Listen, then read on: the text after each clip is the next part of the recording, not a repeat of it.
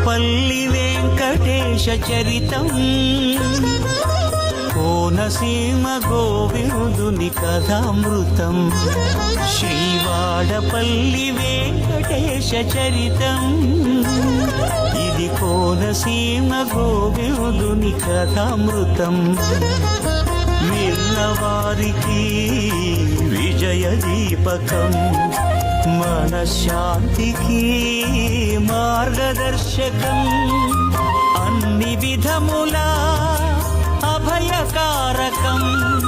సిరులకు సిద్ధికి శ్రీముఖం వాడపల్లి వెంకటేశ చరితం కోనసీమ గోవిందుని కథామృతం ఇది కోనసీమ గోవిందుని కథ